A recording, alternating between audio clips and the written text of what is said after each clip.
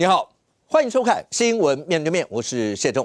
来，一看给你介绍今天要请到的特别来宾，左边第一位新北市议员卓冠廷，武哥好，大家好；台北市议员苗博雅，武哥好，大家好；前民众党中央委员张义善，武哥好，大家好；右边为你邀请到台北市议员游淑慧，大家晚安；资深媒体人邵逸夫，大家好；立法院荣誉国的森哥陈柏惟，大家好，张友。好，今天有太多的一些议题，而这些议题呢，都跟所有的观众朋友，你我包括未来的生活，甚或2026、2028，生活两岸之间都会有息息相关。好，一开始，今天是中华民国宪政史上第一次在立法院对弹劾总统真的投了票，好不好？那总共立委113席，那最后呢是56票赞成，50票反对，赞成票并没有过半，过半要57票。当然这里面来因呢，包括有去不管是示威的啦，或什么相关的一些，但是因为本来要过就要76票。那本来大概就不太会过 ，OK？ 那因为蓝营加白营加上无党籍的话，也不过在62席，只是在这个时候，在520之前投这样的一个票，到底它意义何在？是要表现一些什么吗？好，除了这个以外，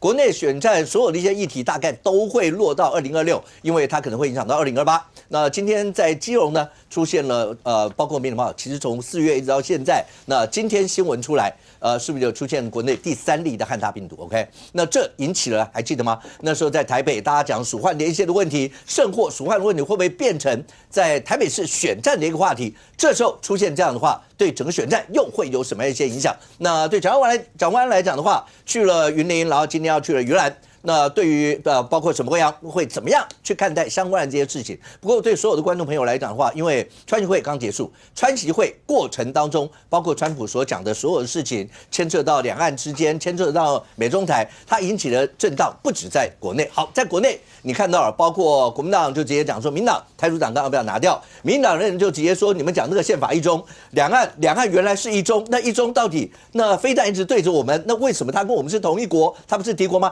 所有这些论战都在国内，你以为只有我们吗？没有，甚或美国国内自己都在讨论。你看到美国几个主流媒体，有人就在问说，川普到底他这一仗是帮了台湾还是帮了老共？好，那包括美国也有在论证说，台湾到底重要还是不重要？你们所有人，大家一个川普去一趟，把世界整个搞乱了吗？不过他最重要一点，是因为川普包括在飞机上面，包括接受媒体的访问的时候，提到台湾，提到两岸，提到包括军售，他是怎么说的？让你再看一次，来。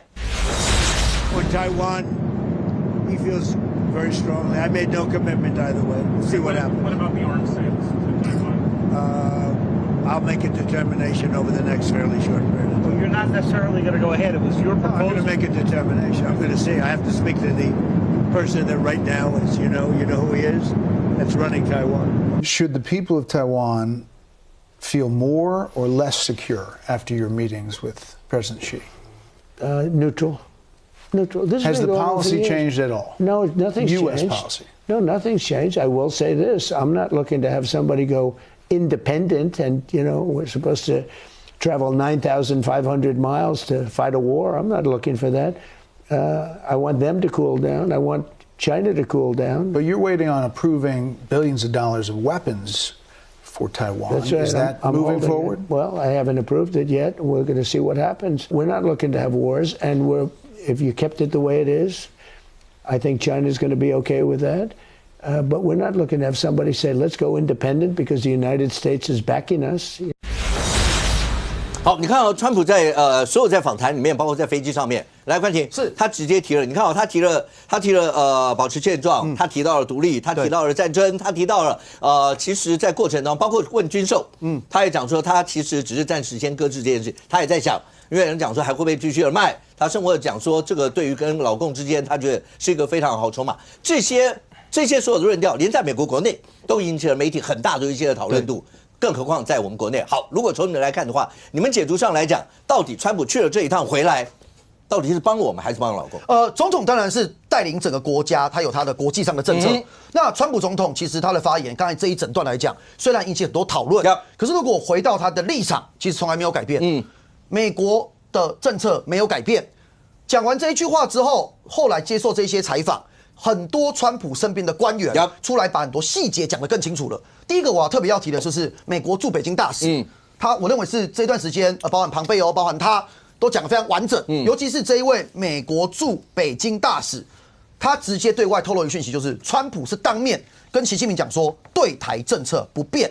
那这一位大使他是直接被这个 CNBC 的主持人直接很犀利的提问嘛，就说，哎呀，你们是把军售当筹码，你们是不是放弃了台湾？那所以他的回答我认为非常关键，因为总统可能讲的话比较短。可是，当官员在后续实际政策上面的执行，他的态度就显示出现在落实是怎么做嘛。第一个，他说这个对中国来说重要议题，那川普总统守住的立场。第二个，他说川普总统是这几十年来卖给台湾军售卖最多的总统。第三个，他讲说这个他的政策跟美国的政策没有改变。那所以我觉得很清楚，就是川普总统没有因为见习近平这个政策改变，是他们的官员在事后。对于国际上面，对于世界上面所表达的态度的宣示。那第二个，回到川普的关键那一句话，在台湾跟在世界被讨论，是因为他讲说不希望有人走向独立，甚至为了这一句话，我们的总统赖清德也为这件事情来做了回应。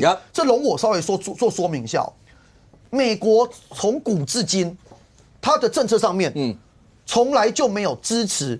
台湾建立台湾共和国，所以我们回到就是说，台湾独立的定义是什么？刚刚川普的那一段话叫做 "Go independent"， 意思就是我要走向独立，那代表现状不是独立嘛？所以我们要回来讨论，就是在不同人的视野当中，什么叫做独立？哪怕是民进党或者是台派的支持者，对于台独的定义，在过去几年也有显著的改变。我第一个先讲，对美国来讲，刚才那川普的那一段发言，庞佩奥国务卿的发言。驻中国大使的发言，我认为讲完之后一个就是中国跟美国两边不管怎么谈，美国到对台湾的政策没有改变，那就是维持现状嘛。那维持现状跟台湾在过去几年从蔡英文到赖清德的政策是一致的啊。我们没有在过去几年的时间，任何总统上任，民进党的总统上任之后讲说我们要建立台湾共和国，所以建立台湾共和国。等于台湾独立的这件事情，我们民进党没有人在做这件事情，至少官方上面没有在做这件事。民进党可以有人倡议嘛，就像可能有支持蓝的、支持红的，有人认为说赶快统一嘛，这都是言论。可是从国家政策，我们并没有要主张台湾独立变成台湾共和国。那为什么我讲定义很重要？因为中国对台独的定义也有了改变。江泽民胡锦涛的时候，其实某种程度，尤其当时无论是9·2共识，有一中各表的空间。是给华独，我开始容我用这个字眼，就是中华民国存在世界上有一定的国际空间。可是习近平上任之后很清楚啊，你只要不接受1国2制，你只要不接受台湾或中华民国从头到尾不存在，或台湾是中国的一部分，这个中国是中华人民共和国，那你就是台独。所以台独的定义在国际上也有所的改变。第三个，最后讲到一个攻防，就是国民党这几年一直在讲说。啊！你们这个有这个台独党纲，为什么台独党纲不废掉？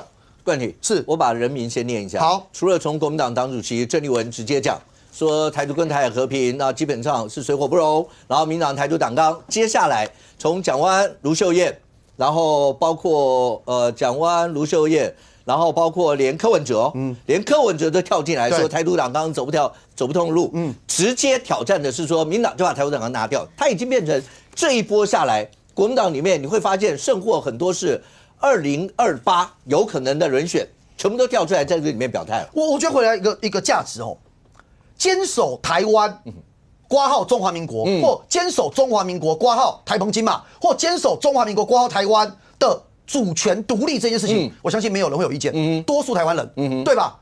中华民国的主权独立，或你认为台湾的主权独立，或台澎金马的主权独立，这一件事情就是全民最大共识嘛。坚守我们的主权独立，跟台湾建立一个主权独立的台湾共和国，这是2件事。所以，我认为国民党是回头去消费一个几十年来，其实大家已经论述的很清楚的内容。从蔡英文到赖清德，我们就是没有要讲说我们要台湾独立，我们要建立主权独立台湾国，而是应该严守中华民国挂号台湾或台湾挂号中华民国的独立性。这是不一样。我最后讲一下，就是。国民党刚才5哥讲的这一堆这个有声量的人，对不起，还有侯友宜，还有侯友宜，对，在谈台独党纲这件事情，我知道我这样讲，可能这个国民党也不一定会这个很就是认为说我讲了这样子的话就可以减低他们对我们的批评，可是我还是要把它讲出来，这个大家上网查就知道，就是你 Google 打民进党的党纲，这件事情，有历任以来，从1986年11月10号第一届全国党代表大会制定的党纲，一路到最近大家耳熟能详的台独党纲，到台湾全图决议文，到族群多元国家一体决议文，到正常国家决议文等等。而其中大家讲的台独党纲，是在1991年10月12号的这一个当时全代会的时候，通过一个基本纲领，增列建立主权独立的台湾共和国。这个是1991年的党纲，就是被后世或我们现在大家称为台独党纲的党纲。好，我要讲的事情是，1991年的这一个党纲跟1986年的党纲内容有所不同。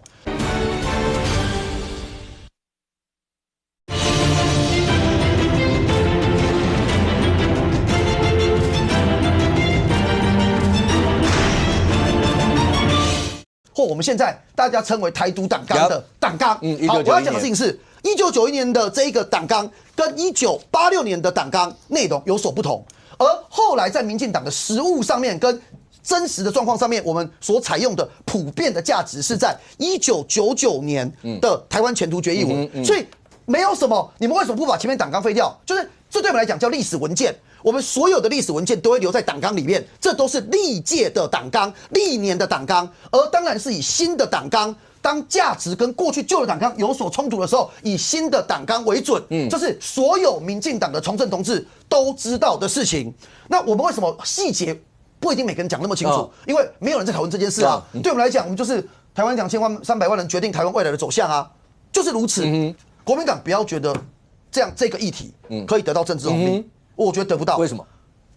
我们已经从1996年来选过几次总统，对于人民来讲，我刚才咬文嚼字嘛，拍摄，因为内容一定要大家就有书面资料，大家来讨论。可回到人民的认知上面，中华民国台湾是不是一个主权独立的国家？当然是嘛。1996年我们正式选总统之后，就是如此，不然我们选什么总统？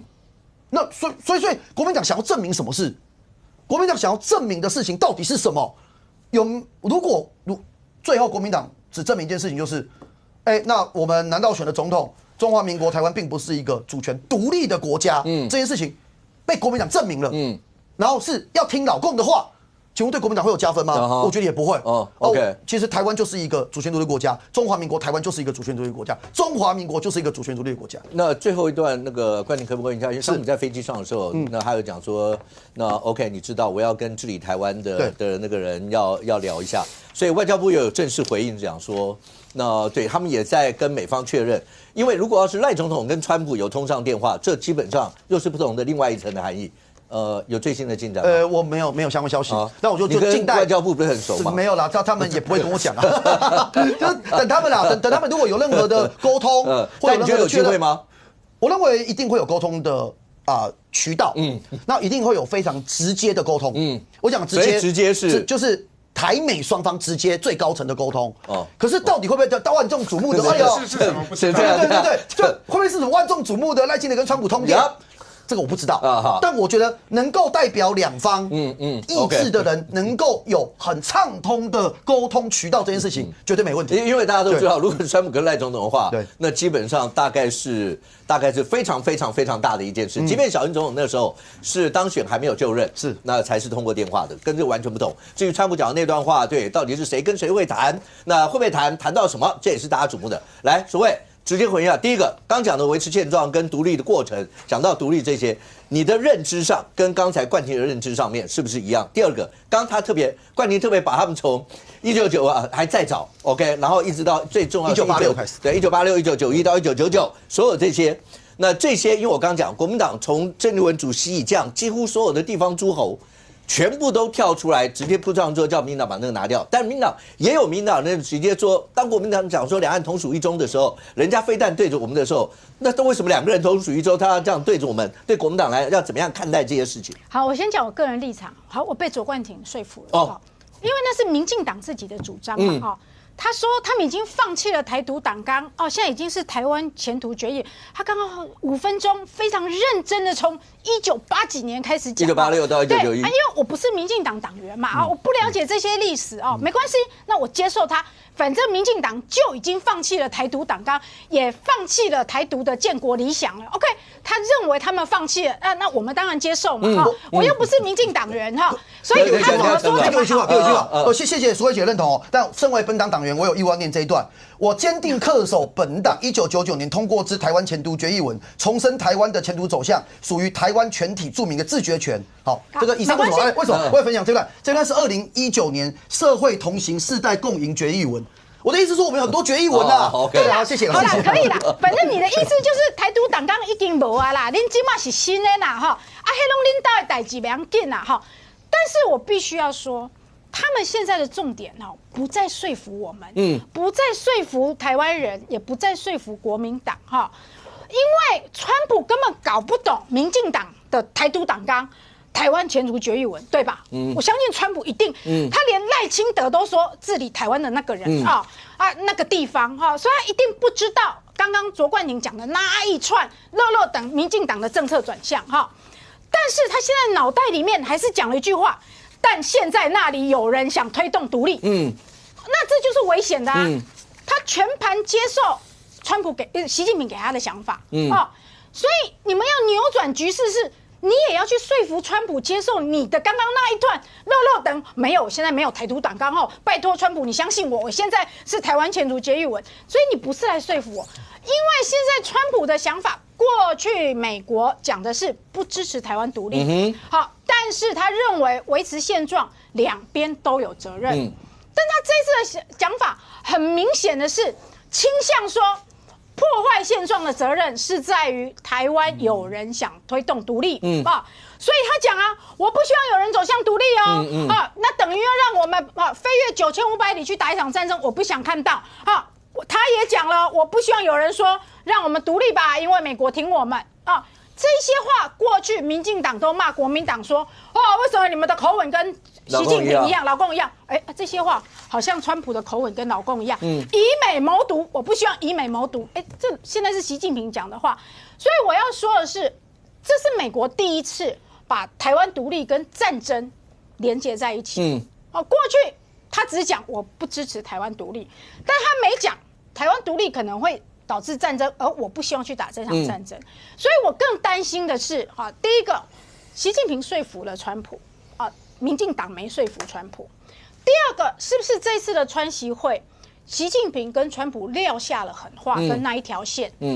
只要触碰那一条线，大陆不惜一战，即便美国加进来，他也不惜一战。所以川普丢了说，我不希望我老美去参战，这是第二个。第三个是刚刚卓冠廷讲的，大家对于台独的定义变了。过去或许是法理台独，你要建立一个台湾共和国我才认为你是台独。但现在台独的定义会不会变成是由习近平跟川普两个人去定义的？我认为你走向台独了，你就是走向台独了。即便民进党一直告诉国际、告诉我们说没有，我没有走向台独，我一直是维持现状的。但是为什么川普还是讲了那一句话？但现在那里有人想推动独立。他的这句话很显然是他说我彻夜在跟习近平讨论台湾问题，我现在大概是全世界少数了解台湾的领袖，所以这是我觉得更要担心的一件事情，就是台湾能不能再去扭转习近平的想法，扭转川普的想法。我们现在的问题已经不是国民党怎么讲，民进党怎么讲，而是川普怎么想，习近平怎么讲。OK， 我简单补充一下，这个苏慧姐讲的我更新一下就是说。我们一定要在国内跟国民党、跟民众党大家沟通嘛，是因为我们避免国际上面有错误的讯息一直传出去嘛，所以我们让你们在国际上也很多友人我们要让你们有正确的资讯，所以国内沟通一样重要。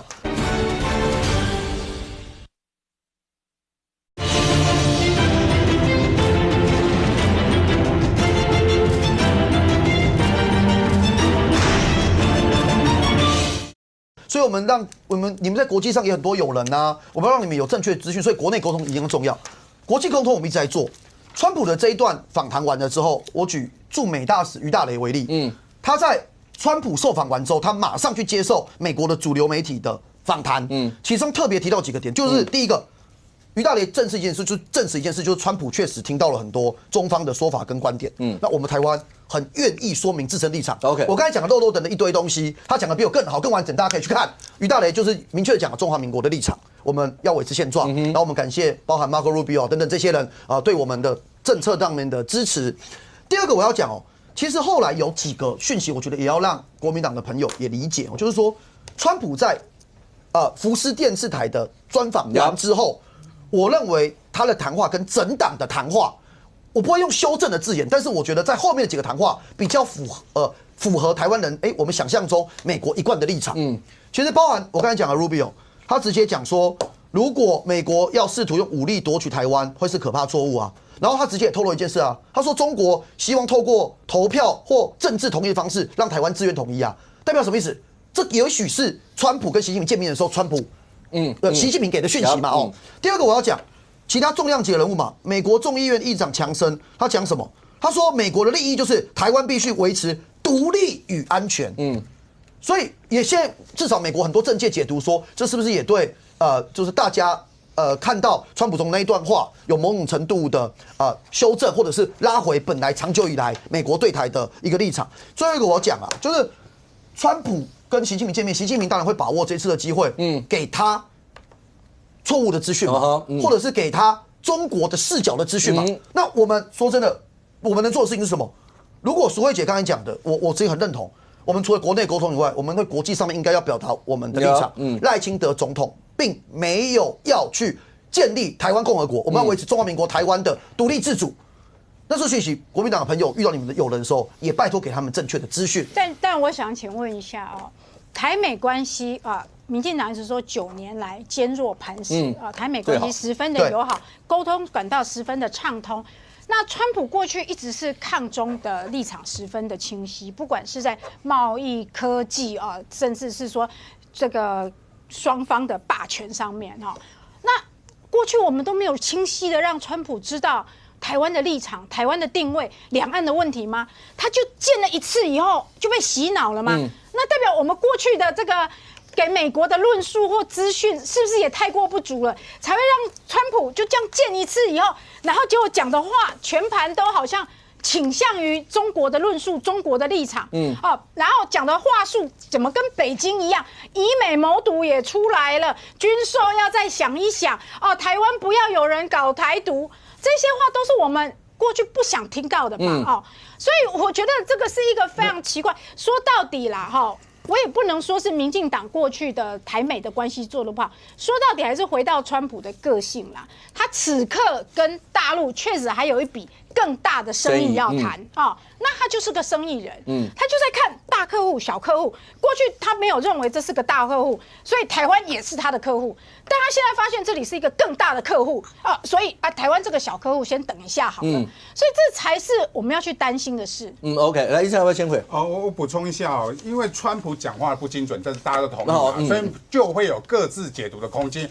我的解读就跟淑慧姐的解读不一样不要讲解了淑慧议员，对，我听到的是，我不希望有人因为美国的支持而走向台独。他是支持的支持台湾的但是有人就听到的是不希望走向台独，把美国的支持拿掉嘛。那过去美国有没有曾经讲过台独的问题？有吗？不支持台独，这一次改成不希望因为美国的支持走向台独。是比较松还是比较更严格？我觉得反对台独一定最严格嘛。但这两句话，这两个所谓的不希望跟不支持，大家就有各自解读的空间嘛。所以现在中华民国在台湾也好，中华民国是台湾也好，就是属于2300万人的。川普非常清楚，所以民进党的党纲这个1999年的台湾前途决议文写得很清楚中华民国就是2300万人的未来的前途，只有2300万人能够决定。它依宪法叫做中华民国嘛，就非常的清楚，符合川普现在对台海之间的认知嘛。北韩最近才放弃统一啦，北韩放弃统一之前，他们是不是一个主权独立的国家？就是嘛，南北韩都是嘛，所以才有统一的问题。所以如果不承认两边现在是国家的话，那你如何未来要走向统一？这个国民党要回答我们的这些事情是国民党必须跟民众解释清楚的，而不断的质疑民进党是走向台独，是一个不对的策略。因为民进党从1999年已经讲了27年的台湾前途决议文，中华民国是一个主权独立的国家。除非要检讨会议吗？你们的党章里面那个统一要改吗？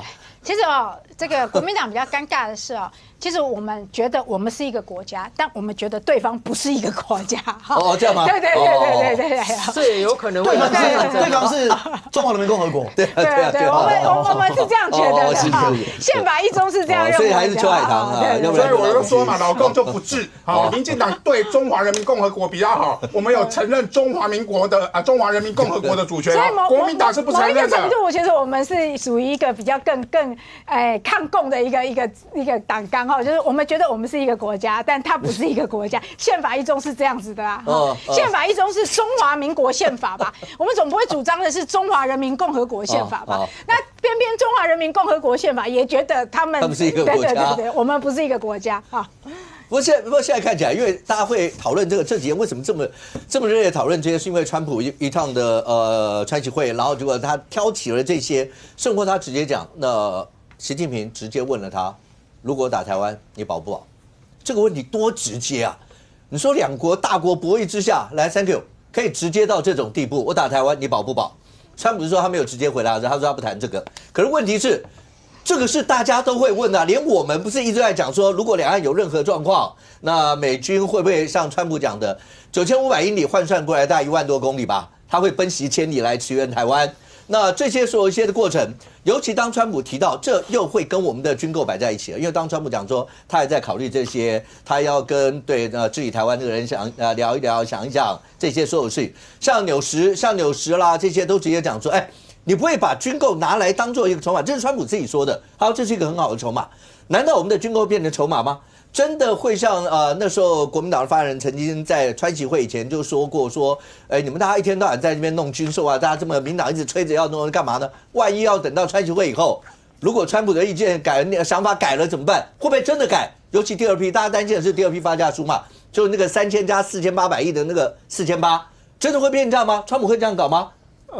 有的时候真的也不能勉强人家啦。我们历史上军购算比较大批大量的，那个时候在马英九时代的时候，后来爆发了许多的共谍案，我们的军事机密等等的，所以不分蓝绿白啦，我想我们共同抗共这个共谍是共产党养的，不是国民党养的，也不是民进党养的，所以你不免当然川普会在评估台湾的状况的时候一半一半嘛。那这个就是对一个人有心，你很爱他好的时候，但你又很讨厌他酒醉的时候，那你当然希望他尽量清醒啊。他如果我每次好好话跟他讲，他白天都好，晚上就踢卡挡球，那我也会觉得这个人我到底是要爱还是不要爱嘛？那他要不要爱？川普去中国做了什么事情？要临走之前把身上所有中国的礼物丢掉。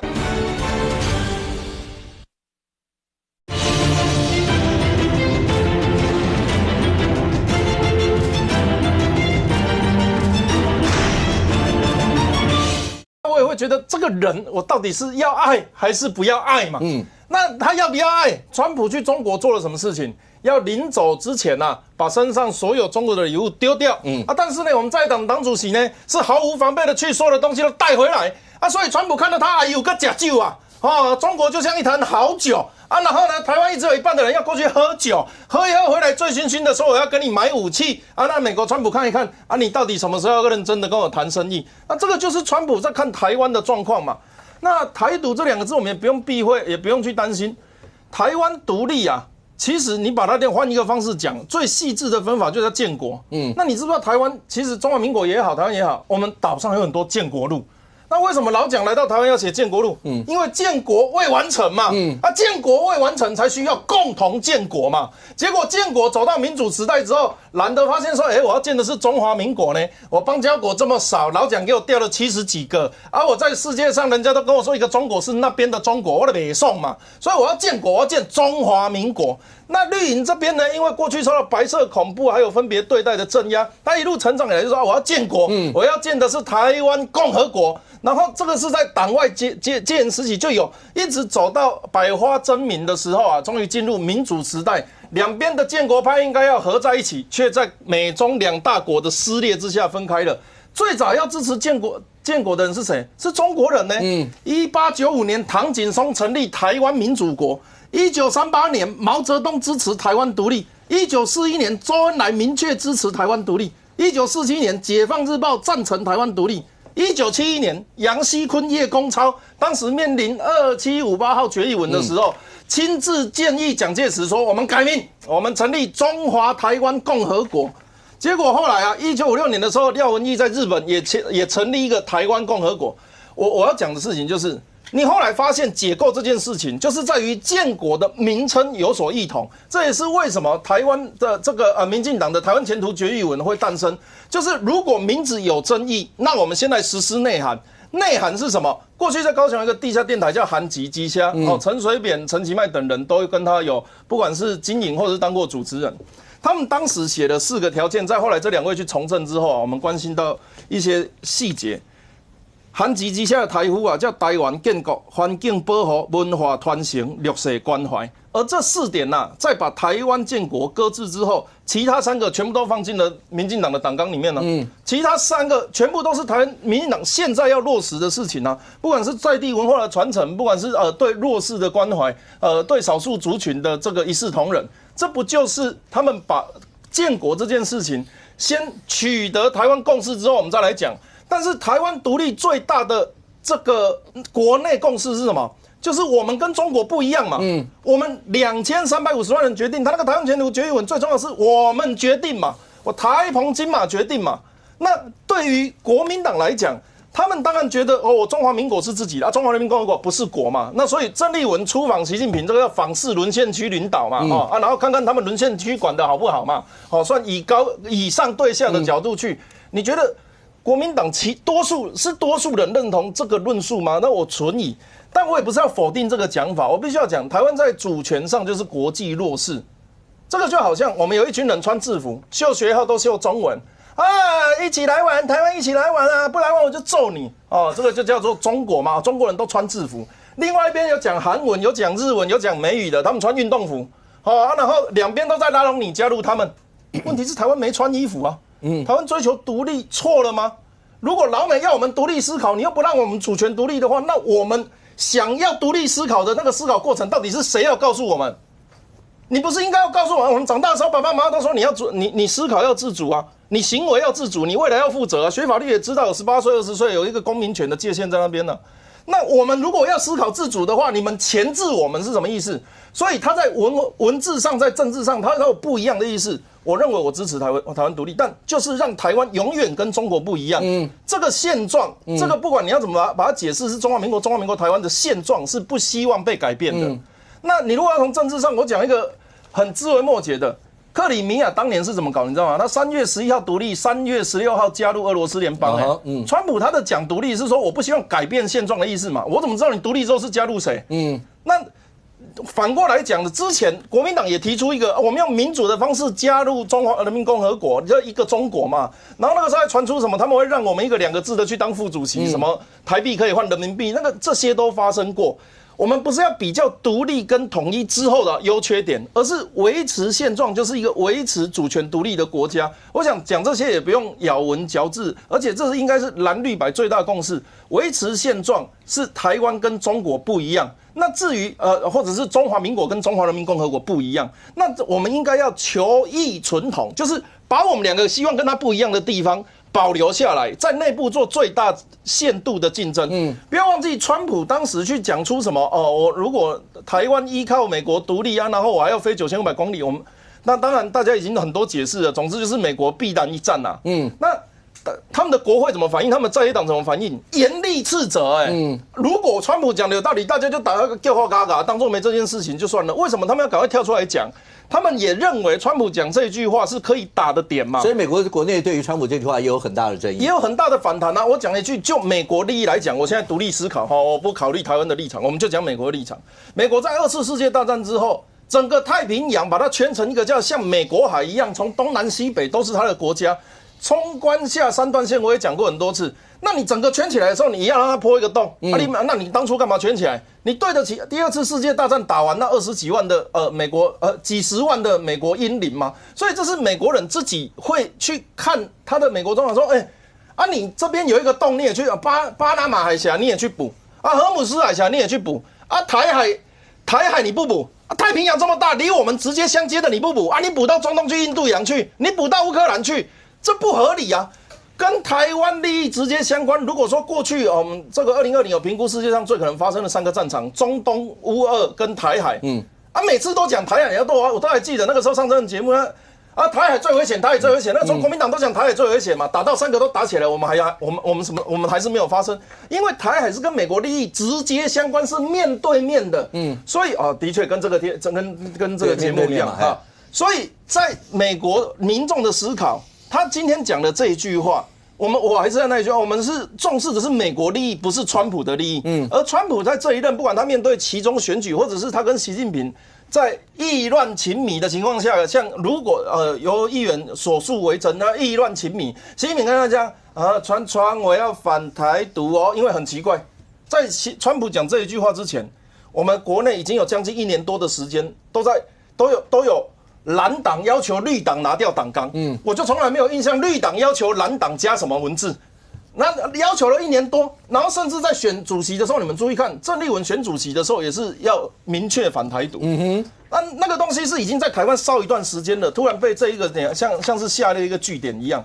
所以当然，尤议员刚刚讲得很好，这个不是川普，这个不是川普知道的事情，这个是习近平想要的事情。那还是回到那一句话，如果川普希望习近平希望台湾主动的反台独，那么我们要不要国内的人自己先讲好，到底台独的定义是什么？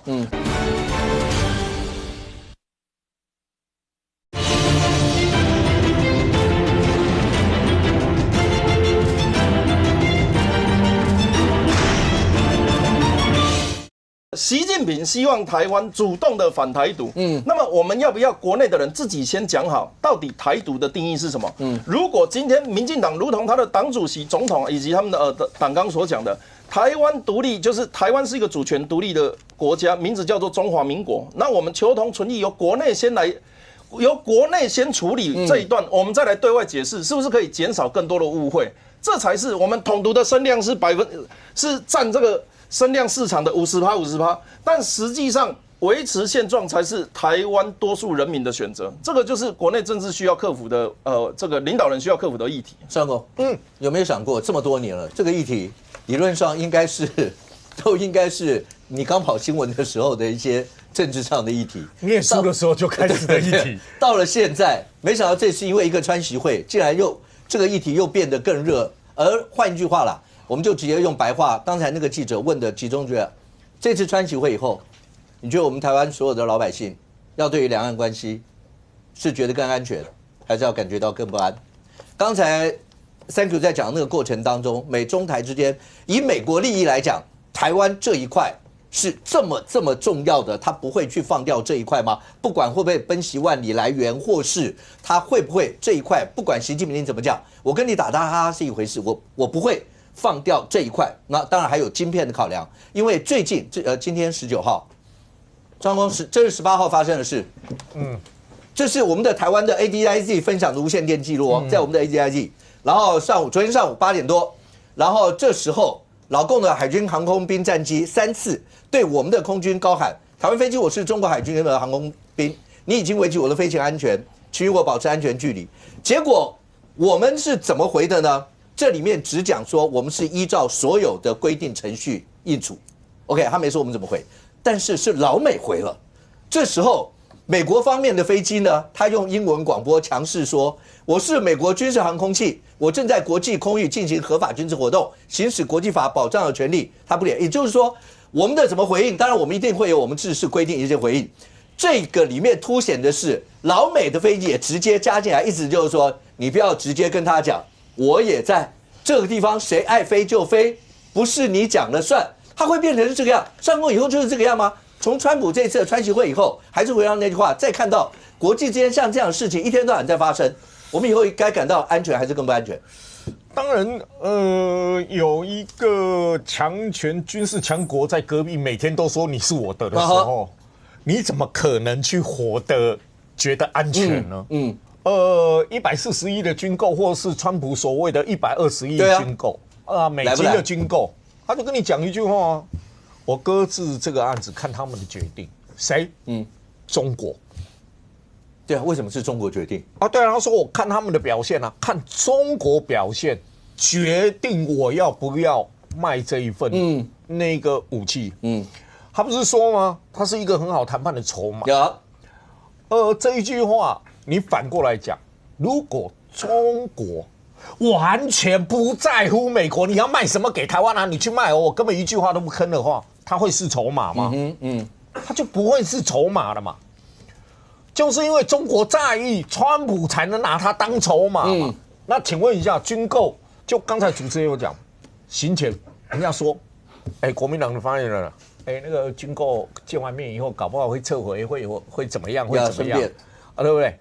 那当然就要反过来，川普真的证实中国有跟他谈军购，他把它当筹码。请问国民党发言人，你怎么知道会生变呢？因为他反而变成你看那个去之前唱多大声了，那个会生变了，那个川普人嘛，见完面以后就不吭声了，果然生变。那请问一下，你们国民党的发言人怎么会知道生变？你们是从哪里拿来的讯息？还是有传递什么讯息给你们？所以你们在特别条例的表现是这样。所以这一段是尴尬的问题嘛？山沟，你是觉得这一段会影响到国内年底的选举？会，因为为什么这么说？4700亿怎么办？行政院院长特别条例追加预算扩大年度预算才讲完，这边就我要删你那个潜舰3起冻结119亿，二阶段潜舰国造2阶段我要动你5000，你海军要买靶具的时候。对不起，1亿6000多万马文君删这个预算，其实它不是正负数的问题，它是整个会让军种要重新写计划。为什么？因为比如说刚才讲那个靶具因为那个靶具它是从115年开始，一直到。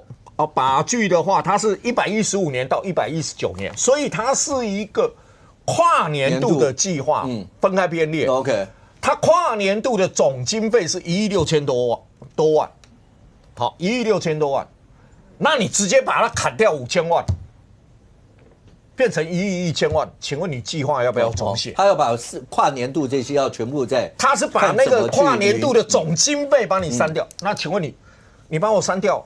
那我是不是要回去重新写计划？那刚才就谈到这件事比较刺激一点了。其实为什么这条新闻没有我方的回应？对，好，他说依照程序怎么样？对啊，好，就讲白一点的话，他飞来中线，我们飞机上去监视，是不是属于日常的状态？然后他宣称你是我的，这是我空域、海域是我的。这不是他们的正常状态，所以我们回什么？就是我们两边在正常状态，你飞过来跟我说，台湾飞机你已经影响我的飞行安全，请你维持距离。然后我们这边就说，我是中华民国空军你已经进入我们的，请你离开。这不是这不是常态吗？所以当常态久了。其实大家都不是那么 care， 因为你一定这样说，我一定这样回。为什么特别出来是美国？因为美国告诉你说这是国际空域，他跟中国9次喊话，他就告诉你，我在国际空域进行合法的军事行为，并行使国际法保障的权利。因为美国飞过来。才告诉你说这不是你家的，那我们在争论说，这是我家，这是你家，这是我家，这是你家。他飞过来告诉你说，对不起，它是自由航行，自由空间，它是国际空间，所有的飞机在这个区域飞行的时候，都受到国际法的保障。所以，为什么这个新闻会有说9次我跟你呛美国，9次跟你呛中国的飞机？因为你看中国呛说台湾飞机你给我飞远一点，好，你影响我的安全，这是我的领域，你给我飞啊！但突然冒出一个美国说，对不起，对不起，对不起，那不是你的领域，我在这里可以飞，所以。为什么他会释出这一段？但是大家只是比较没有想到的是，中国、我国跟美国的飞机怎么会在同一个区域里面，在那边飞行？因为判断是，中国的飞机是跨越中线以后往我们西南部飞。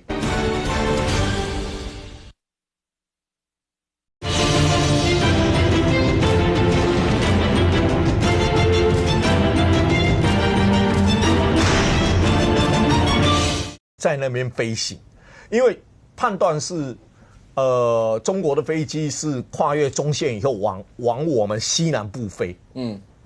那依据释出来的图，因为对话的过程当中一定有美国空军，他是说他是美国海军航空器。好，但是你看到中国旁边还飞了一架无人机，NQ-4C。最近 NQ-4C 经常被讨论嘛，它旁边还飞了一架 NQ-4C，它是无人侦测机，它既然飞在中国飞机的旁边，然后还有美国海军的飞行器里面直接跟中国发话，其实某种程度上应该把它看作美国再一次挑战中国，这不是你的领域。那你回过头来。川普不是说，你们独立啊，你们怎么样啊，你们怎么样？所以有时候去观察川普的时候，跟他们的军事行动好像有一点背离的感觉。所以大家就讲说，那老美就是要强调国际空域或国际海域，这不是所谓的内海啦，或所有这些。那这就在未来来讲的话，那自从川习会以后，会出现什么一些的变化吗？但阿淼在我们国内政坛上面，一直都有两大之间。一个叫亲中，一个叫亲美。长期以来有很多民党朋友就讲说，国民党从郑丽文上台以后，会不会明显的要亲中？可是国民党的人讲说，难道我们就一定要靠着美国吗？当然，国民党像郑丽文他们讲说，谁说一定要在两边选？他们是到了北京搞定了中国，然后接下来去美国，还要搞定美国。那当然，赵少康有其他一些想法。但是从川习会以后，会不会让国民党的有一些朋友，甚或郑丽文他们就讲说，你看吧。川普他也是说变就变的，你怎么能够一路都相信美国或什么？他会不会在这个声音上面会变得大声？对我们来讲，未来到底亲中亲美之间，我们到底应该走哪条路？国民党确实很会选举基本上在川习会之后国民党是把川普所讲的东西当成他们的牌在丢了。我这个帮大家分析一下，因为其实这个美中台关系中的态度不会改变嘛，中就是要统，台的态度也很确定，台就是不要统，所以一个要中要统，台不要统，这两个不会变。关键就在美国现在的态度是什么嘛？那美国重要，我们来看川普的谈话的时候，其实我们说经常讲从川普的第一任开始，美国的政策圈有一个共识，就是你要 take his word seriously but not literally，意思就是你要认真看待他讲的话要表达的宗旨。但不要玩训诂学，不要一个字一个字。为什么？因为川普他是非典型政治人物，他是不走那种华府传统建制派型这种建制派，然后用字力求精准型的那种。川普你如果要听懂他的话，说实在的，你英文只要300单字你就听得懂他的话。他是诉求到，因为他普罗大众嘛，真的。他就是这样才选上总统的美国的各种阶层的人都听懂他表达什么嘛。所以这一次他的那个有2段谈话，一段是福斯的专访，一段是空军1号上面。这2段里面这个大家经常说考试都看同一本教科书，为什么有人考得好，有人考不好嘛？画的重点不一样。其实他这2段谈话里面，福斯新闻的重点很简单，只有一句 ，Nothing's changed。在那个我们节目前面放的袋子就捡到这个重点，很会画重点 ，Nothing's changed， 没有任何改变。美中台关系在川习会前跟后没有任何改变，这就是他表达的。所以他在那段专访里面，他要表达就是美国的战略模糊嘛，然后两边各打50大板嘛。那两边怎么各打50大板？他打台湾50大板，那个最近国民党都画了重点。他打了中国哪一板？川普讲一句啊 ，I want China to cool down。我希望中国冷静一点。这是川普明确讲的哦。所以川普就讲，现在台海谁在找麻烦？中国不冷静嘛，打刚人家噗跳嘛，对不对？所以他的福斯专访很清楚呈现他的宗旨，就是美国对台政策没有任何改变，战略模糊的我就还是给你模糊。然后呢，我提到这两边的时候，我两边都就是你们两边自己啊都给我注意一点，大概是这样。那空军1号那边，空军1号的访问比较晚，其实比福斯还要晚。那他里面讲的更有趣啊，他引述了一大堆习近平跟他讲的，但是人家问他说：“那你跟他讲什么 ？”I didn't say anything. I didn't say anything. 他跟我讲我什么没有回啊？意思是他告诉全世界说，习近平赖我，可我都已读不回啦。大意思就是这样子 ，OK。所以既然我知道美国的态度对于美中台在川习会前后没有改变，那台湾有改变吗？其实我坦白讲，最近我看到很多蓝营的朋友，或者是蓝营的这个网络上的人在酸说，你看赖清德川普讲一句话他就放弃台独了，还说台独工作者讲完了还跳出来酸说赖清德的台独像月亮初一十五不一样。对不起，其实赖清德早就讲过，他在2023年1月他当选总统的前1年他就讲了，他说已经是主权独立国家，所以没有另外宣布独立的必要性。那为什么赖清德他这样讲？很简单嘛，他要选总统了，他要当总统了，所以他要告诉台湾人跟国际上的人，他若当总统，他的政策会是什么？那这个跟川习会前后赖讲的有没有不一样？是一样的，所以没有像月亮初一十五不一样的问题，因为赖清德在当选总统前1年，他都讲了他当总统的两岸关系定调嘛。那为什么这个问题现在会吵起来？其实很简单，因为对国民党来讲，川普拿到这个是一个牌嘛。其实川普讲完之后他等于发牌，民进党手上拿1叠牌，国民党手上拿1叠牌，但国民党敢打。其实国民党一直在问民进党说你台独党纲怎么样怎么样怎么样，其实那都是一种明知故问。因为他是要在这个选举当中让一个东西发酵，就是民进党想要国民党想要去论述说，你看川普说不要台独，民进党是台独，所以川普不要民进党。他想要去逆转那个民众对于民进党亲美，国民党亲中，那亲中在台湾主流民意是落下风嘛，台湾主流民意不亲中嘛，那所以国民党他拿到这手牌之后，他要反打民进党说，你看看你川普说他不喜欢你现在你怎么办？你要不要改？你要不要改？你要不要改？这其实是一种选举语言，所以你可以看到很有趣的是说，过去绝口不提两岸政治，绝口不提国家定位，绝口不提两岸话题的人。蒋万安、李四川，这2天突然开始猛打你台独党纲怎么样？然后李四川今天说苏巧慧你两国论你这国与国关系你要怎么样？奇怪，为什么他们人设大逆转？以前都说专心市政，好好做代志不要去谈论这些意识形态，为什么做这样？因为很简单，在北部是国民党优势选区，双北蓝大于绿嘛，所以只要把选战拖进意识形态，把选战拖进这个两岸关系之后。双北对国民党来说就很好选，因为我就回归蓝绿对决蓝绿对决之下，那蒋万安就不需要再顾台北了嘛，他就22县市爬照，到处拍美照、吃美食，四处去辅选了。这个是一个非常清楚的，其实叫选战结构。实际上，台湾的国际地位，它在整个大趋势上，在川习会前后，就如同川普所讲的，没有改变。福斯的主持人问川普说。你觉得台湾民众在川习会后应该觉得更安全还是更危险？川普直接告诉你答案叫 neutral， 不需要去觉得更安全或觉得更危险，因为没有改变嘛。所以我觉得现在民进党自己要注意一件事情，过去10年来，民进党把两岸外交国防这方面搞得不错，相当有成绩。可是现在国民党手中拿到牌非常敢打的时候，民进党要去注意你怎么让民众真的理解到现在发生什么事。第二，就是你的对外沟通上面，你是不是能够去营造对台湾有利的国际氛围形势？因为再怎么讲，虽然立法院是蓝营的，但是毕竟民进党还有行政权。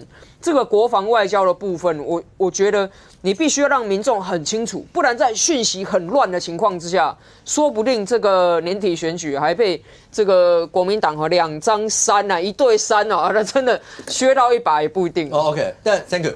如果刚刚那样讲的话，第一个。因为我不知道因为是郑丽文说的，反正那政协会以后他觉得搞定了北京，那接下来6月到美国去，是不是能够搞定美国？可是显然郑丽文对于党内，现在看起来党内有很多不同的一些的声音。上公先简单问一下，李明贤说听过那个内部的那个录音带，就郑丽文讲。媒体上讲郑丽文有没有说什么赵少康，反正大家都不喜欢听他讲话，怎么很难沟通，然后那这前面10年都把国民党败光，类似这些词，然后马英九家人是不是不要让他上酒？李明贤在媒体上说他听过内部的一些好像没有特别，有一些被扭曲，他或被放大，有没有这方面的讯息？那个内部有没有讲过这些词？用词的问题啦，情绪化跟不理性，这应该怎么解释？陈柏惟讲话不理性，然后另外一个人说，陈柏惟讲话很情绪化。这2个字词可不可以替换？如果不能替换，那真的不是，就用的好像不是不理性。那情绪化呢？是好词吗？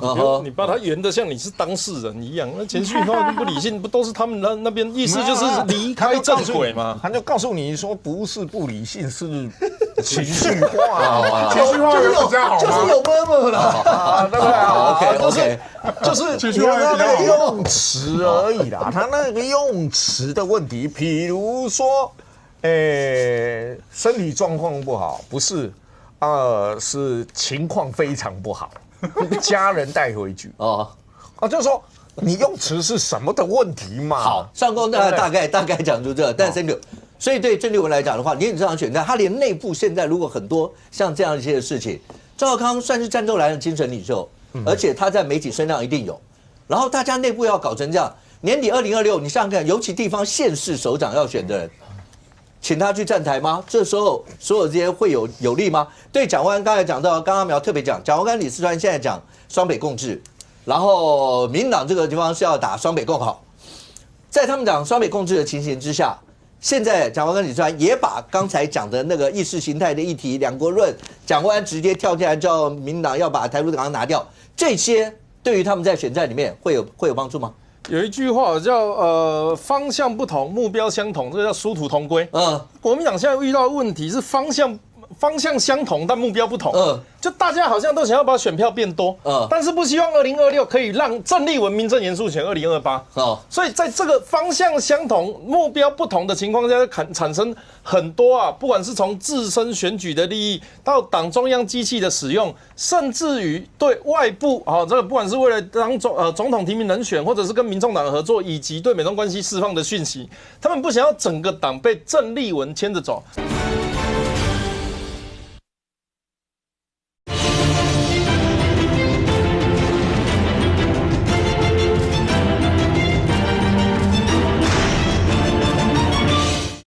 甚至于对外部这个不管是为了当总统提名人选，或者是跟民众党合作，以及对美中关系释放的讯息，他们不想要整个党被郑丽文牵着走。三哥刚刚讲的那段，我可不可以讲一下？你的意思是说，2026这一仗，如果国民党选的大赢，或是说维持现在的席次，对郑丽文来讲大功一件，所以2028可能就很可能会有郑丽文。但是2026如果万一选不好，甚或像媒体讲的彰化啦这些，甚或连新北如果都有风险的话，那2028可能就没有郑丽文。可是国民党一定不想在2026这一仗把这些丢掉嘛？那所以很矛盾。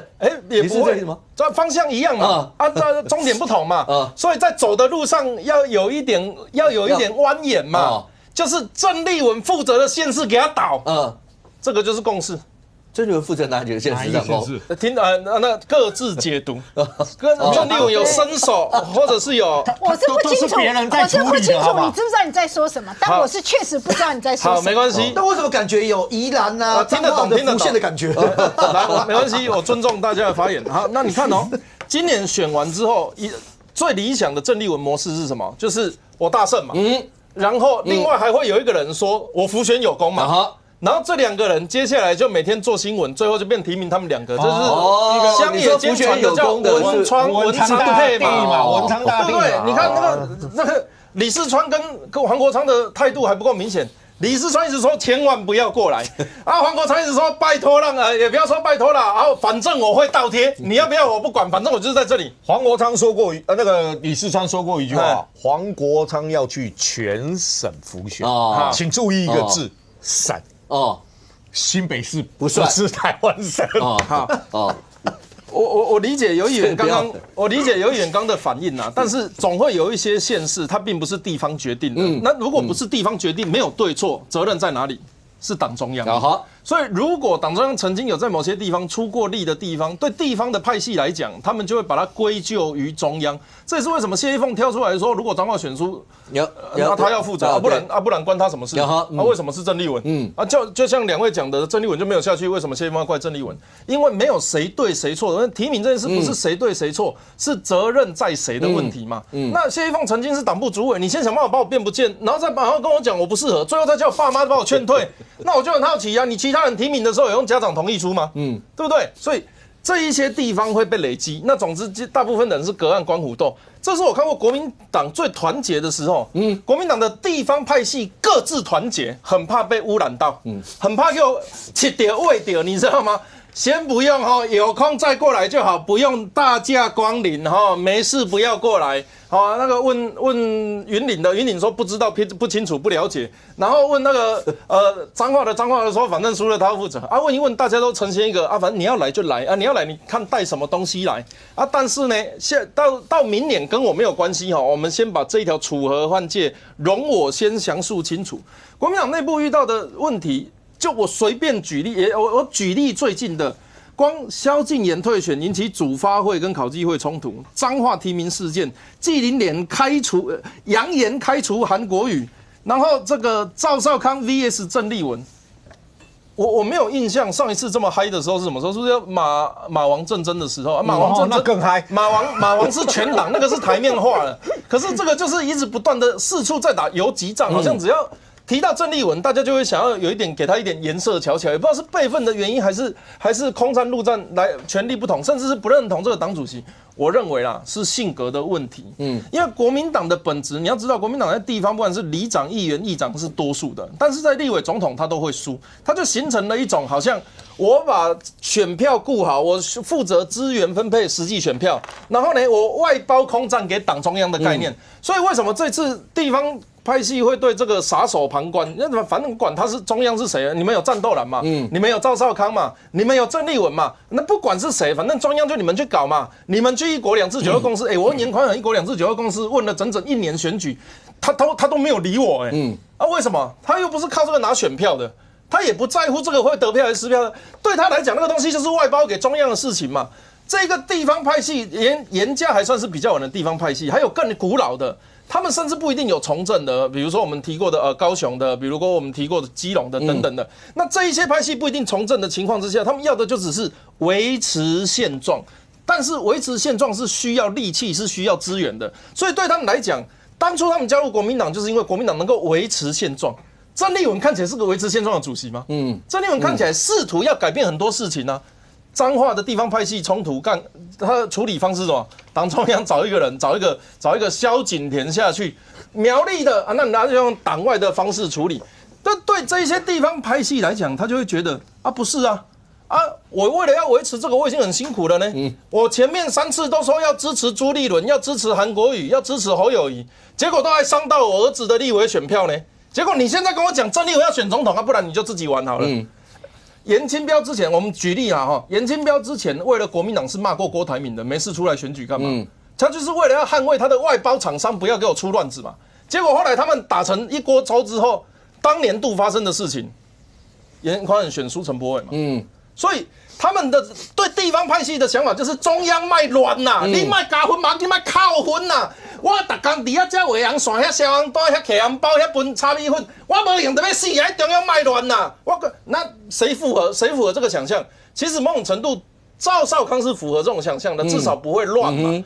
但郑丽文试图要改变现况的那种企图心跟那种雄心壮志很明显的时候，当然大家就会开始有意见了。所以这个是我认为刚刚讲的，也不是派系的问题，也不是什么地方的问题，选票的。最重要是个性的问题。他们认为郑丽文无法掌握这种急速的川习会突然的选上主席，然后对于朝野之中，甚至对韩国瑜口出不言，这些都是地方派系觉得会给郑丽文打一个问号的。所以对你们来讲的话，党中央跟赵少康啦，或所有这些，连很多报纸的社论，你这两天有看到吗？包括联合报社论也有提了一些，就是不要再内乱了，不要再什么。然后再从中央到地方之间，刚讲到彰化啦这些地方，就国民党光搞这些，真的有余力？2026、2028这些还要稳固江山吗？对，其实这个问题问到我都每次都瑟瑟发抖。这个就很像小时候我爸跟我妈吵架哈，我都觉得不要看到我，不要问我谁对谁错啊。对我们来说，赵先生是之前的总统。副总统候选人，然后郑丽文是主席，那两个人个性又都很直啊，讲话又都比较，所以你说是不是大吹够，或是真的有理念之争哈？讲话就啪就出来。那确实赵先生的脸书下面会有很多这个主席的铁粉啊。一天到晚哈就在那边攻击他哈，那从党主席选举到现在啊，那这个当然就像我被小草霸凌一样，这个对于每个人的情绪来说都是一个很大的压力哦。不过包括徐小新也说，就是主席现在当务之急应该是打选战，不是去回应这些的机构。上公，你不要脸露惊讶表情，不是吗？真的是打选战，应该是嘛？应该是啦，就是他的正职待在党中央就帮大家打选战。他的正职嘛，是就像是民进党党内也会有很多过去的大佬时不时要为党务讲一下。对，但赖清德也不会常常去回应嘛，以前的蔡英文也不一定要去回应嘛，哈。我觉得当党主席就是这样嘛，好，你进了厨房啊，总是会有人觉得啊，你这菜不好吃，修咸修假嘛，啊，你就继续煮就是。所以现在不是，现在是很多是从党中央开始，所以我们才说就是纪凌年那个是党中央开始的，所以我们才会这次的媒体有爆出来，这个也是。所以我们才会说，包括巧芯，包括我们这些候选人，会希望说，党中央哈，因为你是党中央嘛，好，希望多包容一下嘛，哈，就是专心打选战嘛，好，对，不让郑来，不让郑住，不让没有，这倒没有啦。这个刚刚这个3Q 哥说什么云林的派系躲他躲得要死啊，我就觉得哈，包括阿苗，包括这个3Q 哥哈，讲国民党讲他脆角专坡啊，其实也没有很认识国民党这个。主席5月9号才去云林参加云林人之夜哈，张立善在旁边哈，张家俊也在旁边那你说这样还不够吗？这样够了吧哈？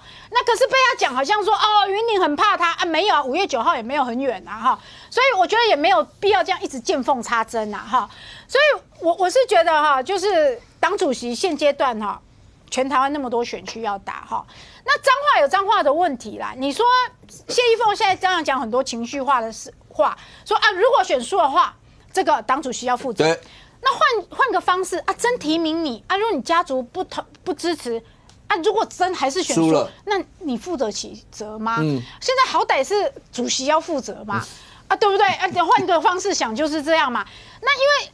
依凤过去大家认知就是说，他可以一步一步走在这里家族的力量功不可没嘛，对不对？所以那你怎么没有去解决你家族的问题？依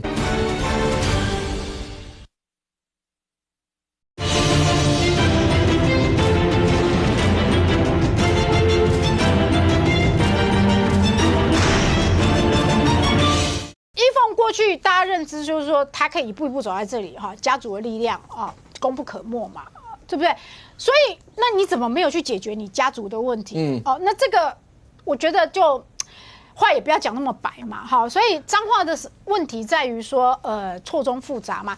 这个谢点玲搞得真的是蛮赤裸裸的。他现在不支持蔡壁如了嘛，对不对？我们没有，他不支持了。他这个魏平正一提名以后，他就说他全力辅选。真的是家族给他很多的一些指示啊？没有，我觉得他基本上除了他姐姐以外，他都可以。不是，因为很简单一件事，你现在得罪国民党干嘛？哦，如果你得罪国民党，因为他还要选议长。不要忘记一件事哦，现在议长是记名投票。对啊。而且他当时说不定蔡壁如也是他随口说而已嘛，哈，所以你说对谢依凤来说，那你自己的弟弟、你自己的爸爸妈妈，你都无法去整合了，那你希望别人帮你整合你的家族，或者是不要理你这个，对主席来说也有他的困难度嘛，哈，所以彰化又是彰化不同的问题哈，这个谢家有谢家的问题哈。所以现阶段对我们候选人来说，我们当然希望说，对，确实哦，支持者对我们最大的这个回馈就是不要再吵了，哈。那我们也只能把这样子的声音哈，就反映给党中央听哈，因为赵先生他没有党职，而且他是媒体人啊，他一直都是大炮型的啊，我们也不能说你不能批评党中央，党中央本来就是要给人家批评的嘛，哦，讲白的，我们明代也是给人家批评的嘛，哈，那。党中央，你既然有党权，那是不是有时候啊，就是好嘛，入得厨房啊，我们扛起这个责任啊，就退一步，大局为重啊，我们也只能这样子说啊，对啊。你看我讲得多瑟瑟发抖。冠廷是，如果讲说好，除了国民党中央的问题以外，现在因为你在新北嘛，对不对？双北讲完，当然他昨天去了云林，今天去了宜兰。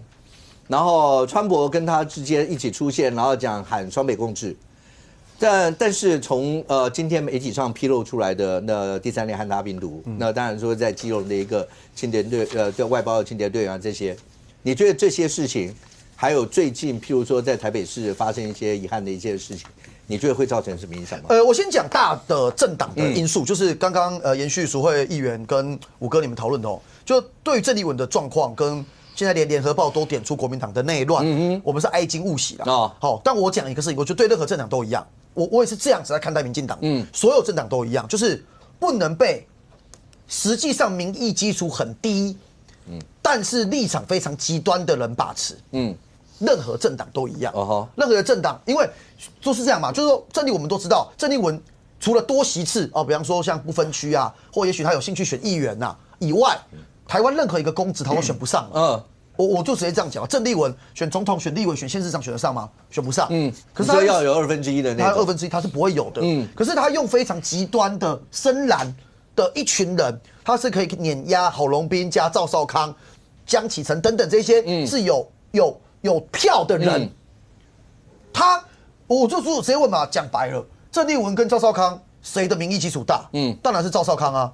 可是你看赵少康他贴的所有的文，永远会有一群极端的国民党支持者去把他灌爆，这就是国民党面临的问题啊。这个我们哀矜勿喜，因为任何政党都有可能面对这种状况。那这种状况当然就内部会有压力嘛，因为会有地方要自保的人，地方有未来的人，他们会想办法跟党中央脱钩。所以联合报会写这种话，国民党继续思考。第二个回来，新北跟台北市就这一次走到今天为止。我们一样不敢轻敌，可是我们有嗅到双北是有机会一起赢，双北是有机会的。为什么会这样讲就第一个我先讲，就是台北市，在沈伯洋出来之前，其实没有人认为蒋万安会受到任何的挑战或阻碍，甚至很多人，我就讲实话，就是很多之前一些媒体朋友都讲说啊，冠廷这一次这个重点可能都会在新北了台北这个一江平川，蒋万安就这样子了。可是大家有没有发现一件事？就沈伯洋出场之后，攻击他的声音变小了。他主导议题的幅度比想象中来的大了。每天都有他无论对市政、对国政对于台北市，至少在我们珍贵的媒体版面上面，每天都有。这件事情已经很不简单了，因为他跟蒋万安的民调差距一定会不小嘛。可是有办法达到这种状态。然后让大家觉得哇，他这个是了解台北市政的问不倒。然后呢，这个过去国民党因为对他的过多还当不分区的时候的攻击，所以显得现在的攻击大家没兴趣了，因为已经百毒不侵了嘛。那另外一个就是蒋万安实际上市政，现在有一点问题的破口，有外溢效应。这个比例汉他病毒，我就举例，像今天跟昨天最新的讯息是，基隆这一役，然后发生在的这个基隆，可是我们林口的乡亲，所以今天侯友宜跟新北的团队就必须花很大的时间去跟大家说明。比方我今天刚好总咨询，我们总咨询的时候，林口的议员李宇翔跟侯友宜最主要就讨论这一题啊。侯友宜一直要证明说他都有全盘掌握，那李宇翔会表达说新北市民的担忧，那背后老鼠这个议题已经跟蒋万安绑在一起了嘛？就是所有人只有一个问号：谁能保证这个老鼠并不是台北市影响基隆、影响新北？这东西的连结是很直接的。那背后什么吸烟亭，然后背后说的是分，就是你呢，这对蒋万安绝对是警讯。市政议题在选举期间登上全国版面，绝对没有好事。22个县市，有什么时候你讨论一个市政？一个吸烟亭会占据2、3天的争论节目，然后大家在这边讨论，这一定是出包嘛。第二个就是苏巧慧跟李四川的状况，我很持平的讲，李四川不会让大家想象中现在看到好像这么弱，他未来一定也会有他的攻势。可是此时此刻，新北的议题也是苏巧慧在主导啊。苏巧慧抛了政见，然后李四川后面被迫跟进一堆啊。比方敬老爱心卡，苏巧慧说1000点，然后要能够买东西，要能够看病挂号。然后李四川研究了3个月，然后所以跟大家讲，那他支持300点。你说这个在地方下到基层，就我们很好宣传。我们现在地方，我到所有的那个场合就讲，哎呀，李四川300点，苏巧慧1000点，那更逃嘛，几千点的，不是3、8点的。啊，国民党议员上去没办法骂我啊，就是这个是很直接的。那李四川到目前为止没有任何一个政策主导新北的议题，让大家被迫跟进。可是接下去李四川做什么事？现在李四川就是他在地方也鸭子划水，然后呢，他开始在组织各个地方的团队，然后回到国民党最传统的那一套，就阵地战，用希望因为新北国民党执政21年，蓝大于绿的状况底下，要用基本盘最后压倒苏巧慧。最后一个我讲两边的态势就是如此。可是双北现在的状况已经没有人敢说民进党一定输。那没有一定输，接下去的化学变化会是什么？会是本来很多因为随着台北跟新北两边国民党长久执政，地方的组织有实力的人，骑墙派会开始观望，会开始思考要支持谁。那这个时候都是有板块的。所以我前面先讲舆论战，现在感觉是对我们相对有利。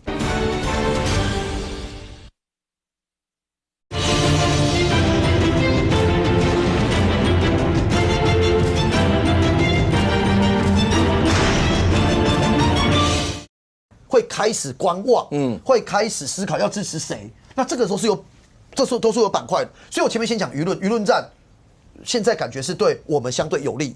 那在地方的阵地战，也因为看到沈伯洋加苏巧慧的两个人的状态很明显比大家预期来的好，那化学效应会有变化。最后一个就是回到政党，大家就讲白了嘛。虽然说郑丽文现在到哪里，大家不敢不陪他，可是李四川会大量想要郑丽文来吗？蒋万安会希望郑丽文大量来吗？可是党主席，尤其郑丽文的个性，他又很想要有存在感，他又很会去，到时候一定会出席啊，不然被大家做文章嘛。比方我们到时候一定会讲说，哎呀，郑丽文多久没来嘛？所以国民党最后我讲全国状况显示出一个，民进党我们的这个政治人物会帮国民党统计郑丽文来几次，国民党很希望他们不要到，那这当然是我认为除了舆论战，除了地方的组织。第三个会影响的，当然就是郑丽文跟国民党的状态。OK， 一战其实大家都会数嘛。到目前为止，看起来国民党彰化，因为现在是国民党执政，但是因为中间提名的过程，然后目前看到的民调，其实对国民党来讲，可能有待努力。那宜兰，然后嘉义市，因为嘉义市本来就不是国民党打，可是因为是蓝白一体提嘛，所以旗杆那一级嘉义也算就蓝白这些。对国民党来说，如果万一这几个县市不保。再加上冠廷刚直接说新北好，甚或连台北都看到曙光了，这些对国民党来讲，假设有这样的闪失，那是大事了吧？对于国民党当然是大事，对啊。但是是不是对于郑丽文是大事？我不觉得是大事啊。因为郑丽文，我觉得他已经处理美国的问题。赵少康说了，你不要觉得赵少康去酸郑丽文的那篇文章，郑丽文会感觉到酸呢。他不感觉到酸啊，他认为赵少康你讲的是事实。终于没有情绪化了。哦，终于这句是这篇文章是非常理性的肯定了郑丽文的路线，不是吗？有公信力，有公信力啊！郑丽文真的觉得他搞定了习近平，6月他会搞定川普，剩下的我已经都搞定习近平跟川普了，大利多啊！习近平这个所谓的我的两岸政策也好，美中关系也好，已经给了你们国民党所有人这么大的利多，那选不赢是你们地方的事情啊。彰化是因为你们谢云凤不让你们谢云凤选，搞得现在彰化地方派系乱七八糟啊！魏平镇蔡壁如也要跳出来选，我好不容易搞定了蓝白合，结果你蔡壁如，那你黄国昌要去解决蔡壁如啊，不是我郑丽文要去处理的所以搞定了这个彰化如果输是你们地方派系分裂的问题，是你们民众党不支持我们的问题，蓝白破裂是你黄国昌的问题，关我郑丽文什么事？新北是你侯友宜的事啊！而且你蒋万安每天跑到那个帮李四川辅选，如果辅选不利，是蒋万安你的问题。蒋万安，你台北市你自己市政都处理不好，害得现在沈伯洋每天攻击你市政，你还得跑到云林去躲起来，今天晚上还要去宜兰躲起来，然后不谈市政议题，每天跟着我的脚步谈统独问题。那你蒋万安选不好关我事。台中如果江启臣输了，而且卢秀燕的事啊，没有一个地方对于他是他的责任区。你看哦。黄国昌至少还说了，如果议员没有翻倍，我辞掉走人。郑丽文到现在为止哪一个县市书他说他是走人？没有啊，开玩笑，选不好是你们的事啊。而且最重要的是，国民党他们的党主席一任4年，没有任何罢免党主席的机制，就在于郑丽文自己要不要退嘛。那如果郑丽文刚才的心情跟我讲的一样。他认为他处理完川普，处理完习近平，我大利多都给你们了，你们应该找我去辅选，不找我去辅选，那你们的问题啊。那接下来我还是继续做我党主席啊。他为什么不断的要去谈统独的问题，不断的要谈他跟川普、跟习近平的话语？他要选2028年总统啊，这已经他自己都这么认为了。所以郑丽文不会因为国民党的败选而下台，但是重点是国民党内部要怎么看？如果2026年败选，你们的党中央，你们刚才我说的统独的问题要怎么处理啊？你们可以骂民进党没错啊，你可以说台独党纲变来变去啊，初一15不一样啊，但是民进党至少解释得很清楚，他们现在就是1999年的台湾前途决议文。但是国民党的你们的路线是什么嘛？你们怎么跟民众解释你们统一要如何统一嘛？你们如何去处理两岸关系中间的定位嘛？你们跟郑丽文的路线到底一不一样嘛？都没办法解释的时候，不要说这个国家主权的问题，连一个军购案你们自己都内部分成2派，解释不清楚，到底台湾要不要发展自己的独立的国防自主武器的非无人机、无人舰这些东西，你们还把它砍掉，这些东西你们没有办法对于选民交代的时候，你们路线有争议的时候，那国民党如何去打2026，又如何去打2028？舒慧，Mel Gibson 那部电影叫 Soldiers， 然后我们好像翻勇士们。对，那部电影里面，当美军跟北越打成一团的时候，他们呼叫Broken Arrow， 就断剑，意思就是空军你就随便炸吧，因为你不炸，我们这些也不会活，你就随便炸。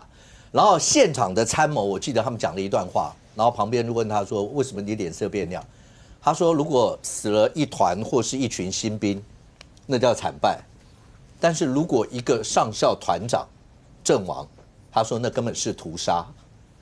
对国民党，就算假设这一仗，我想当然你们希望能够维持现在的席次，就算彰化、宜兰或是你说嘉义有失，但是如果双北任何一个地方这一仗如果丢掉，那就算屠杀了吧？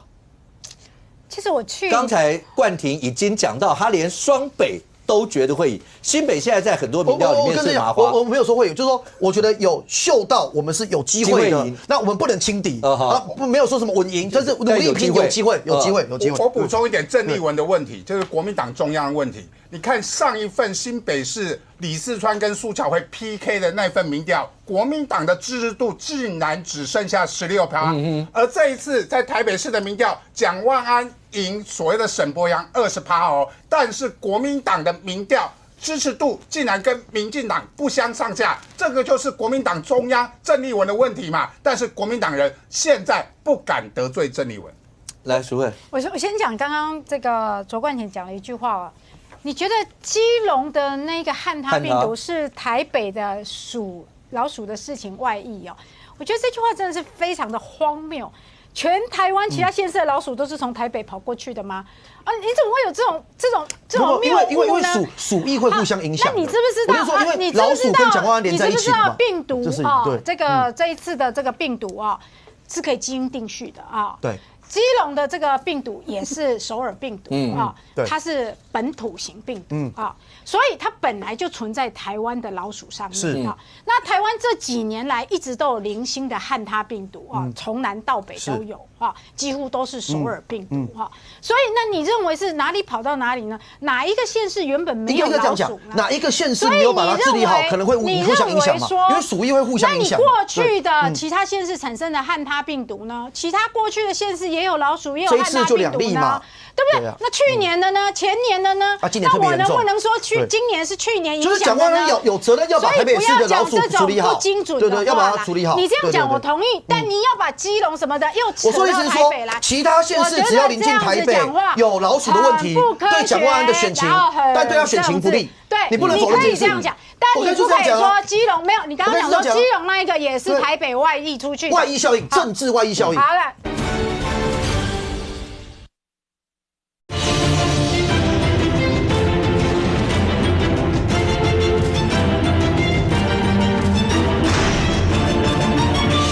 政治外溢效应。好了，然后再讲到刚刚这个哈，我觉得当然对于说双北、台北国民党都是执政党，当然我们守土有责，我们一定要全力的继续延续。而且台北200多万人口，但是我觉得大家一直在讲哦，郑丽文的胜选的这个义务是什么？败选的责任是什么？啊，怎么没有人给民进党的赖主席 KPI？ 他是总统兼党主席，拥有全国的行政权。他也没有宣誓说，我身为总统，身为党主席，我要宣誓拿下双北，或是拿下这个4都的任何一都新的，否则我就辞职当主席。还是他的雄心壮志也在保南2都而已。他也没有立下军令状，他还是执政者他是总统兼党主席，有党权也有政权我也觉得，就听来听去，民进党的朋友都很关心国民党的党主席他的权利跟他的义务跟他的责任是什么。那我觉得各自回去承担自己的权利跟义务吧。我们一定会打好这一仗哈，不可讳言。2022年国民党是有一点超出预期的胜选哈。我们自己都不敢说2022就是我们真实的实力坦白说，我们也不敢这么说啦所以，我们这一次要维持2022的战果是需要很多努力，也需要一点运气我必须这么说。那现阶段在一些县市里面是发生了一些波折所以我觉得会让这个维持2022的战果确实又多了一点变数啦。那新北的这一战在去年我就已经有跟党内说过我们最大的变数本来就是新北为什么？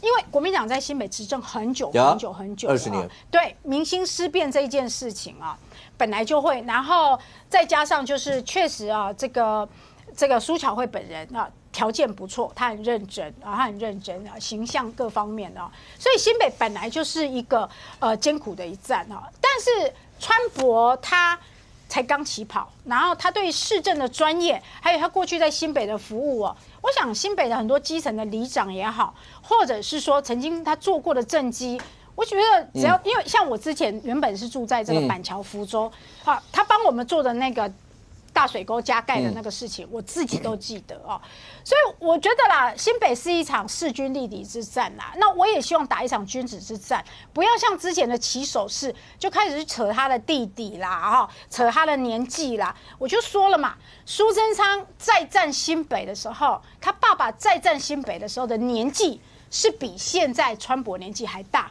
那他们团队一直在打李四川的年纪，不等于在打苏巧慧爸爸的这打脸当年他爸爸。我是觉得这一些都跟新北市政的选举是无关的。OK， 阿苗来最后2分钟，双北这一仗，尤其对蒋万安来讲，蒋万安一定是这场全国大战的领头羊。那对于沈伯洋来讲的话，怎么样去养攻这一仗？那刚才讲到，连侨会国民党的朋友也都承认，新北这一仗确实是五五波打法，而这一仗输赢，平心而论，一定影响到2028，非常大。其实政治是祸福相依啦。如果说国民党在2026丢了新北，那因此这个换了主席的话，对国民党不见得是坏事啊。就是我这样政治它没有绝对的好跟绝对的坏，端看你怎么因应每一个变局嘛。那所以以这个我比较了解台北市来讲的话，蒋万安你现在看得出来，他有更大的野心、更高的志向。但问题是呢，他的市政治理能力很低，这是他现在遇到的问题。所以你可以看到他在这一个选战当中呢，我觉得他是人生中正在经历一个很重要的政治分水岭，就是当他变成了国民党寄望的母鸡的时候，他所受到的检验强度其实超越他上次选市长。因为上次选市长大家都知道聚焦讨论的话题，一些论文啊，一些什么其他的，蒋万安并没有被高度检视过，那时候还有所谓沙卡都的问题那所以这一次是蒋万安面临到一个更高竞争的时候。坦白讲，他这3年多来在台北市的施政一件一件被拿出来检验，对他是非常大的挑战。那他现在的因应呢，其实过于单薄。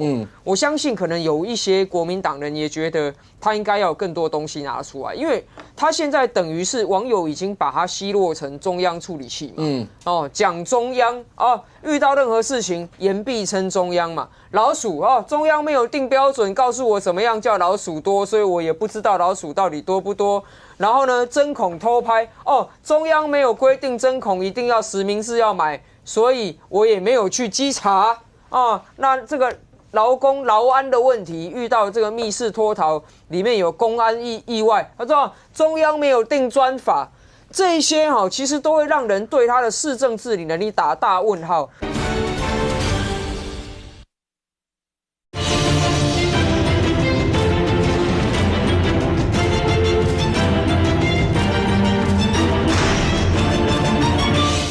我也不知道老鼠到底多不多。然后呢，针孔偷拍中央没有规定针孔一定要实名制要买，所以我也没有去稽查那这个劳安的问题，遇到这个密室脱逃里面有公安意外，他说中央没有定专法，这一些其实都会让人对他的市政治理能力打大问号。蒋万安的反应竟然慢到说，这个受害者都已经往生了，都已经过世了。隔天他还在怪中央没有定专法，这两个一相对照之下，这个镁光灯打在蒋万安身上的时候，我觉得他真的有点太轻忽，因为他长期活在一个偶像光环里面，再加上国民党里面的人对他期待很深，他会觉得说我只要能够把幕僚交给我的稿背好，在镜头前面看起来光鲜亮丽的，这样就有好感度。过去3年多来，他是这样做的。可是当这一次选战如果进入市政细节跟施政成绩的检验的时候，我觉得他不能只有言必称中央，否则的话，他未来想要追求更高的成就，恐怕在这里会跌倒。张公，最后2分钟跟大家介绍一下，今天是中华民国宪政史上第一次弹劾总统投票。虽然最后票数56比50，然后多数是赞成弹劾，但是没有过半数，更没有到2/3的76票。那这整场所谓的弹劾，那最大的意义是什么？对蓝白来讲要诉求什么？因为绿营一直说整个国家在这一段也一直就耗在这个地方，最大的意义是什么？第一个，这个案子弹劾案是从去年就提出来了，12月就提出来了，经过漫长的半年，终于投票。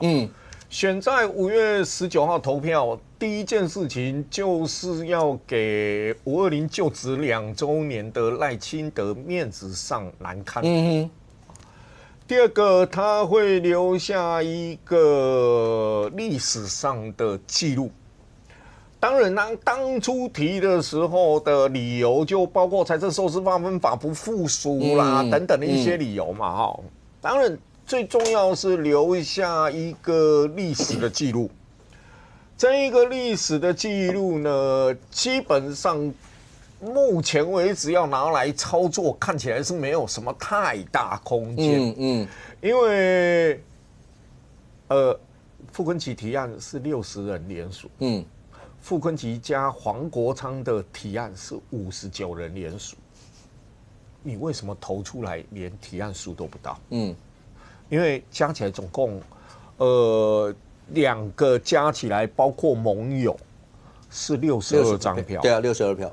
好，以前在记名投票上面，这一次是韩国瑜连江启臣都没拿，都没投，好，然后呢，始终捍卫党中央的，包括强烈支持3800亿架 N 的金门县长提名人陈玉珍也没出现，苗栗的国民党籍却以无党籍选上的陈超明也没出现，所以国民党就跑到4票了，国民党就4票了，那当然还有一些跨党派去示威嘛，那民进党也有派人，大家都去嘛，所以你加起来票数少，但一个关键就是你只是留下一个记录而已，史上第一次投票，但事实上在政治上面，大家都早就预料你不会过嘛，因为要全体立法委员2/3，民进党所有人都不投票，